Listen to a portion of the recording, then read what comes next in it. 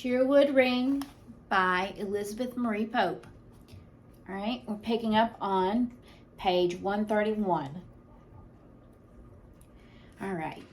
Martin's wood was swaying murderously in such a fury of straining trunks and whipping branches that I wondered if I ought to linger there even a moment.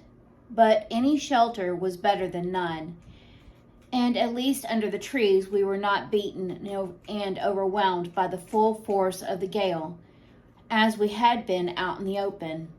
It was impossible to pause, to breathe, even to see a short distance down the road. I guided the mare to a staggering stop against the bulk of a gigantic oak with a windbreak of young pines behind it, and there we rested wearily, while I tried to gather up the last remnants of my strength and courage to face the long 4 miles still to follow. But by the time I no longer cared greatly whether we ever got to the Shipley farm or not. I wanted to go on resting. It was warmer in the woods than it had been in the fields, much warmer. In fact, I felt quite warm and comfortable leaning up against the oak, very comfortable, only so tired, sleepy. I caught myself sharply. I was getting overcome with the cold. I had been a fool to stop at all. I would have to go on. If I did not go on, I would die. Numbed and quivering, I gathered up the reins again in my stiffened hands and looked along the highway to find out if the storm was showing any signs of slackening off. It was certainly snowing less heavily than it had been. I could see the way clear to the last of the pines and the lane that branched off just beyond the rest and be thankful. I could even make out the turn itself, and I leaned forward, unable to believe my eyes. 4, 6, no, at least 10 dark figures on horseback coming down the road towards the crossing. All the breath of my body seemed to rush to my throat in one sob of relief and thankfulness. There was only one man in the region likely to be out with 10 mounted men on a day like this. I flung up my head and sent my tired voice down the road as far as it would go. "Dick!" I called frantically. "Dick!" There was an answering call from the foremost rider. I saw him turn his horse and the others crowd in behind him. Then a hand was steadying my arm, and a gentle voice I did not recognize was asking what had happened to me. "The storm caught us," I answered weakly, too faint with cold and exhaustion even to look up. "Almost a mile back, on my way to Shipley Farm. I'm Barbara Graham." "Didn't Dick come with you?" There was a little murmur of surprise from the circle around me. A man laughed, and another voice made a remark which I did not catch. A harsh voice, stinging and disagreeable, but this time a voice which I was sure I had heard somewhere before. I tried to glance down at the speaker, but my head was beginning to swim, and all I could see was a mass of dim, shadowy forms that kept wavering and dissolving and wavering back again. "Where's Dick?" I whispered painfully. "Didn't he come with you?" "No, Miss Graham. He was still in the house when we left it," the gentle voice answered. "But you'll see him as soon as we can get you there. Put your hand on my shoulder, so. I'm going to take you over on my horse with me. You're too far gone to ride by yourself." I put my hand out blindly. Then there was a dreadful moment of plunging confusion, and then the sharp pressure of an epaulette against my cheek roused me for an instant again to feel a hard arm around me and hear what seemed to be the end of the command. "Sure to fetch her mare along with you, Porson." "Now you listen to me, Captain." It was the harsh voice again, angry and protesting. "Why don't we just take the mare and go? You leave that girl where she is, and never mind none of your highfalutin, fancy gentleman stuff. Somebody else will find her. Lord have mercy. Ain't we got enough trouble? Your lack of proper feeling disappoints me very much, Porson. The gentle voice was exactly as gentleman as ever. Are you by any chance trying to argue with me? The last sound I remembered with any distinctness at all was the harsh voice saying, "No, sir," submissively. The gentle voice was speaking somewhere a long way off, urging somebody to wake up and swallow. Somebody swallowed obediently, but got a mouthful of hot brandy that made her choke, and opening her eyes, found herself stretched out before a crackling fire on about 2 armchairs and 6 pillows, a blanket tucked over her shoulders, and a young man in a black cloak kneeling beside her with a wineglass in his hand. "Better?" said the young man, swinging to his feet and setting the wineglass down on the mantel. "No, don't try to sit up yet. Just lie quietly while I go see if I can open one of these confounded window blinds. I'd like to lay my hands on the fool who thought fit to design them." "Where's Dick?" I murmured sleepily. "All in good time, Miss Graham." The gentle voice floated back from across the room. "Just lie quietly and rest another moment. Though I'm thankful to say there's nothing wrong with you but cold and a little too much exhaustion, which you've been sleeping off nicely by the fire for the last 3 hours. And that mare of yours is safe in the stable. That is, if Porson hasn't fed her a poisonous carrot by this time. She had the good taste to kick him twice when he was trying to bring her in." Still only half awake, I lay contentedly listening to the voice and watching the blessed firelight flicker over the andirons and the big footstool, and I caught my breath with a sudden gasp.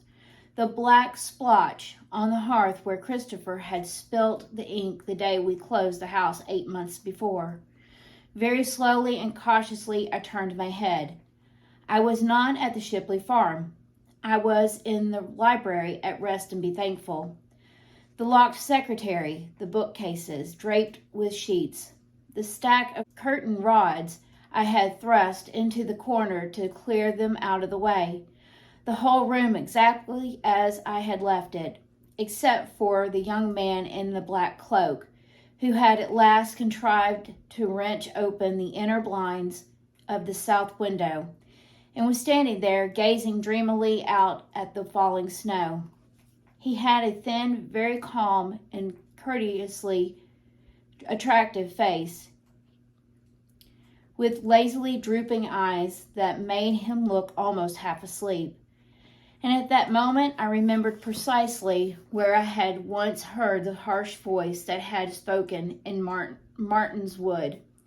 It belonged to a man named Abram Porson, an old soldier who had kept the George taverns on the Goshen Road until he disappeared under particular circumstances, just after the skirmish at the Beamer Mill.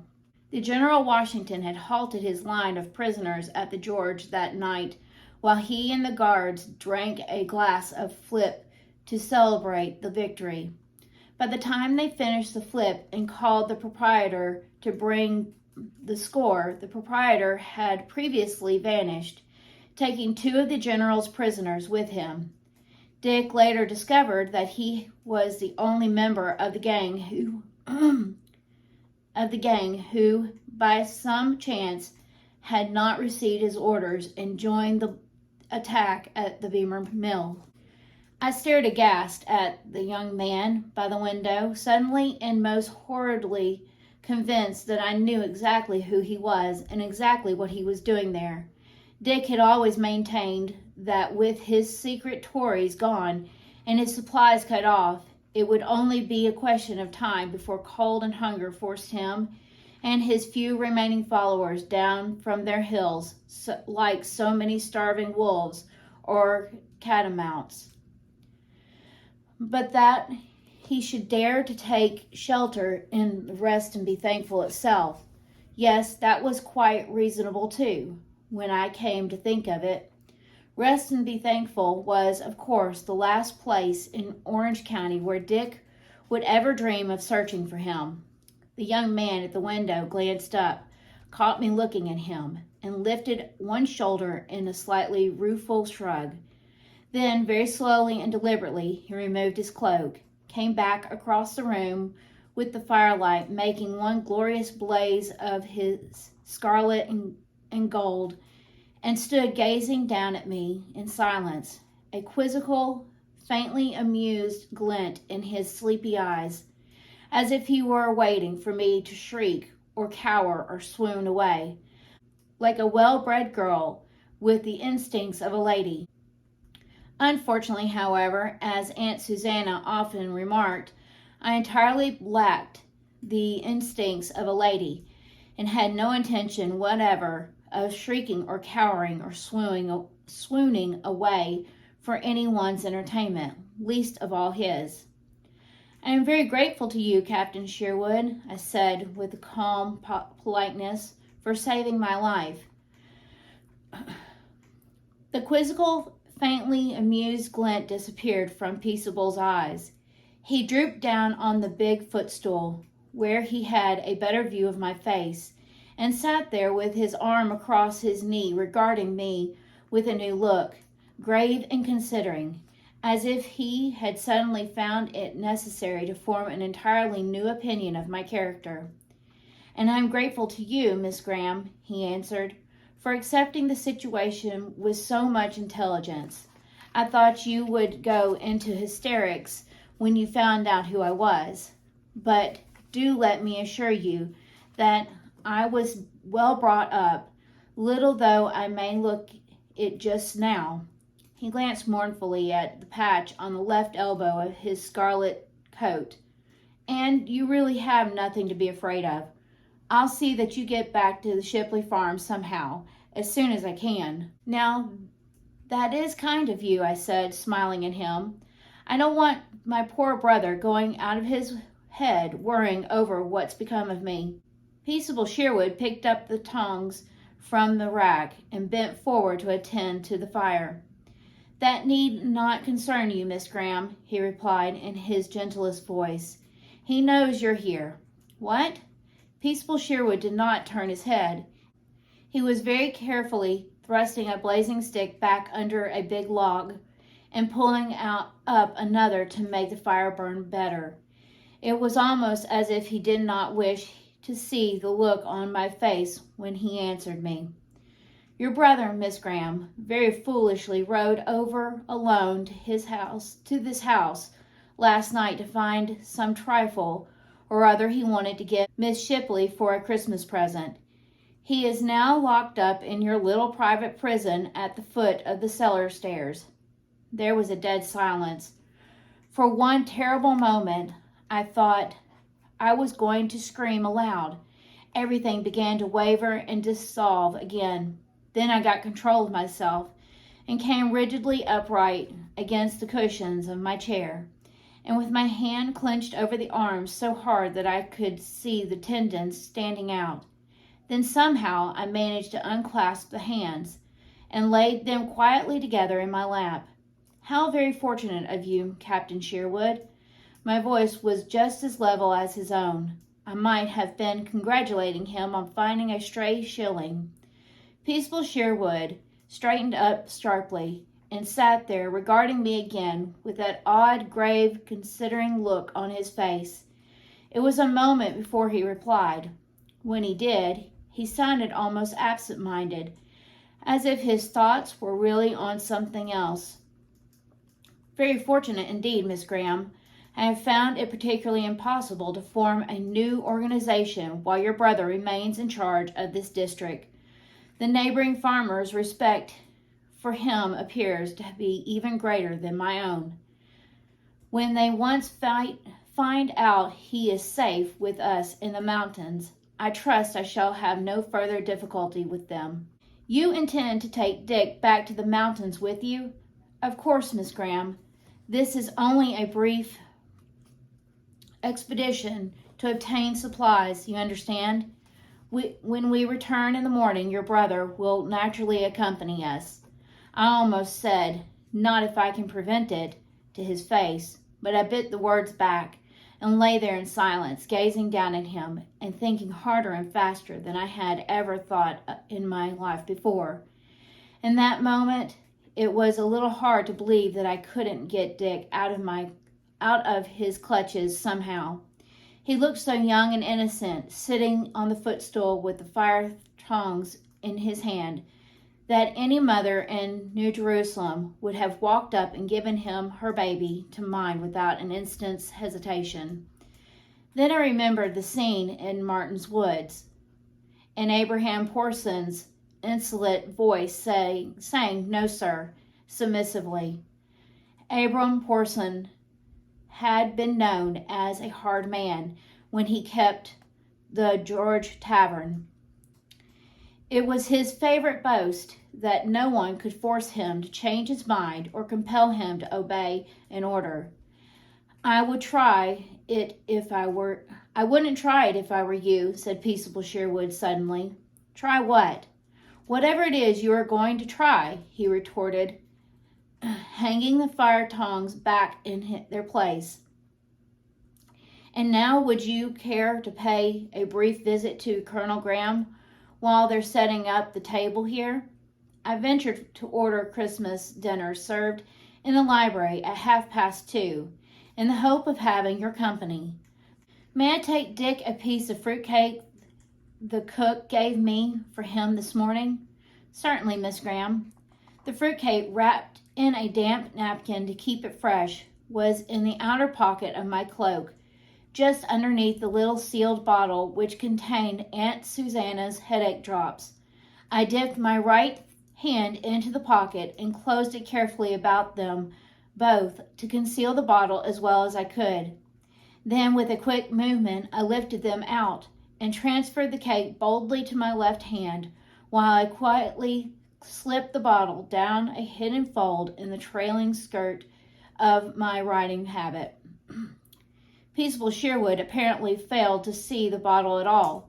At least his gentle face did not change by so much as a quiver as he courteously assisted his guest to ride and conduct her through the empty rooms to the cellar door with all the ceremony of a gentleman in waiting, handing a duchess through the halls of a palace.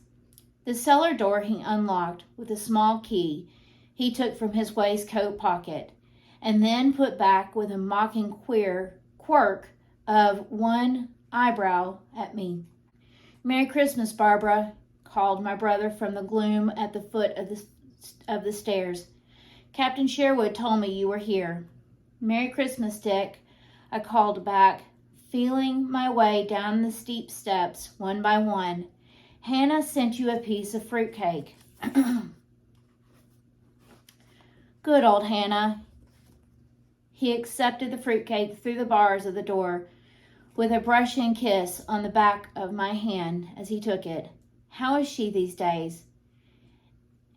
"It desolates me," Colonel Graham interrupted a pleasant voice from the open door above, "to remind you that enemy ears will be obliged to listen to every word of your conversation. I regret the necessity for so much caution, which I beg you to believe I should not dream of using if I did not consider your sister a very remarkable young lady." He had seated himself at the topmost step and was leaning lazily against the doorframe. I could see his thin profile delicately outlined in shadow on a square of lighted wall halfway up the stairs. "I only wish you could have met her under more pleasant circumstances," Dick was replying with equal courtesy. "And forgive me if we bore you with all the family news. Have you heard anything of Father lately, Barbara? Or Mr. McTavish?" I stared at my brother in bewilderment. Mr. McTavish was a disagreeable fool of an elderly Scotsman, once our tutor, who had, much to our joy, quitted rest and be thankful. In Furry, 10 years before, when my father refused to agree with him that the Iroquois Indians had descended from the lost tribes of Israel, I had long since forgotten his very existence. Mr. McTavish, Dick, I echoed uncertainly. Why, you know as well as I do that I haven't seen Mr. McTavish in... And please tell Hannah I was never more hungry for a piece of her fruitcake in my life, Dick cut in loudly before I could complete the sentence. Not that Captain Sherwood hasn't fed me well, you understand. In fact, he breakfasted with me down here only this morning.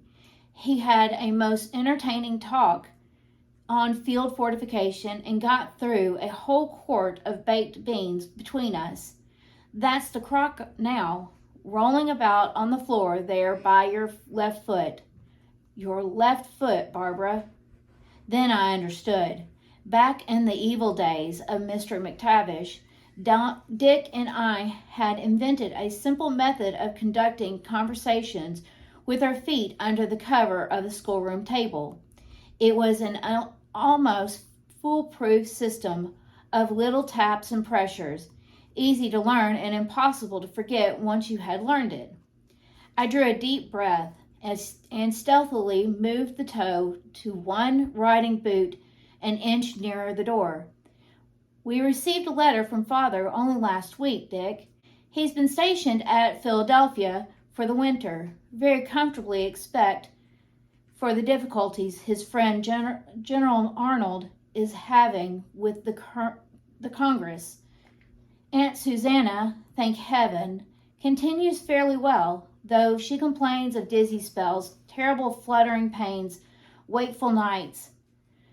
Safely launched on the long list of Aunt Susanna's complaints, which I could reel off by the hour without thought or effort, I cautiously advanced my toe another inch and met Dick's toe under the grating. Indigestion, palpitations of the heart. Key, where, ? Peaceable pocket. Spasms, fits of coughing, faintness, will get key.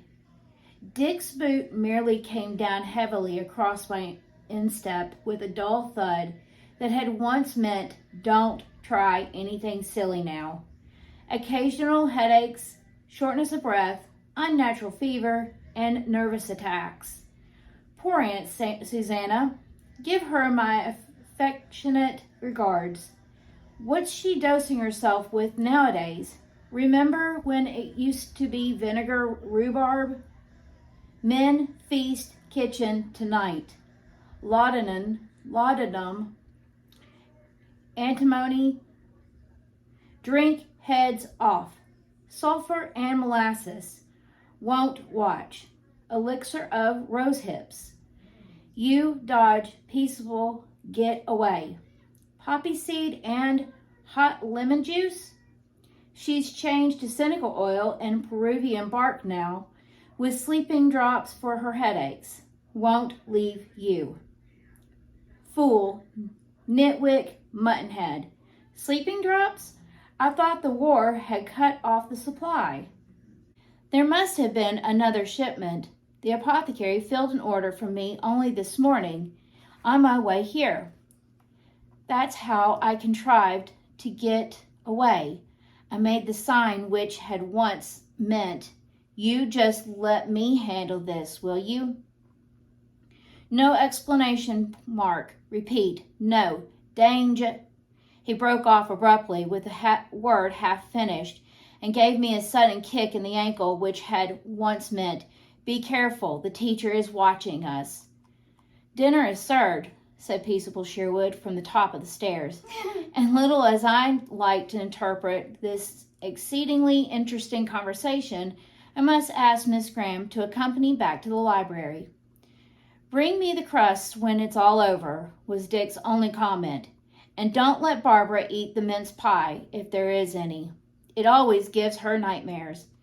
Someone had evidently worked hard in the library during our absence. My tangle of pillows and blankets and chairs had disappeared, and in its place a small table was drawn up before the fire and decorated bravely with pine sprays, lighted candles, a strange array of mixed crockery, and an even stranger collection of assorted foods.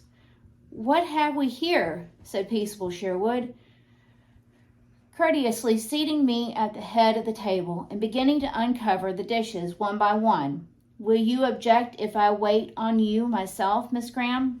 My men, though excellent riders and very fair shots, are rather unskilled in the little niceties of passing the butter and handling the gravy. The chicken and the ham I can recommend. They came from Mrs. Tatlock's oven no later than this noon. The wine you probably know better than I do. At least you ought to. It's your own. Mrs. Hopegood's plum pudding I hesitate to offer you. I distrust the cooking of any woman who faints away at the very sight of a British uniform." "Have you been robbing the Hopegoods and the Tatlocks?" I demanded indignantly. "The Hopegoods and the Tatlocks and the Barlows and the Smiths and the Van Ducers and the Browns, to be exact," replied peaceable Sherwood complacently. "I dare say they'll all be clamoring for justice down at the Shipley farm as soon as the weather clears, just like the good old days. Do have a little of this stuffing. Ah, more baked beans. I discovered the baked bean, Miss Graham, when I was in Boston with General Gagg in '76. Why is it that people who can cook such admirable beans seem quite incapable of making a pot of tea that's fit to drink? I never had a really good cup of tea the whole time I was there. No wonder the poor wretched populace finally revolted and threw it into the Boston harbor by the ton. That reminds me, did you ever hear the story about General Gagg and the time he tried to talk about the Boston Tea Party to the deaf old lady who thought it must be some sort of social occasion? One of the Loyalist dignitaries was giving a reception for the staff officers, and it seemed the story was so outrageously funny, especially the way the old lady kept repeating, "Very odd to brew the tea with salt water, very odd indeed," that I broke out laughing in spite of myself, and simply could not resist telling him in return about the afternoon that old Madame Losser arrived to call on Aunt Susanna with her pet spaniel, and what happened when the spaniel accidentally lapped up some of the medicine in Aunt Susanna's saucer while nobody was looking. And after that, I did not quite know exactly how it happened, but somehow we both seemed to be laughing and talking and having a little more of the chicken, as if we were sitting together over a real Christmas dinner with a fire and the candles making a circle of light and warmth all around us.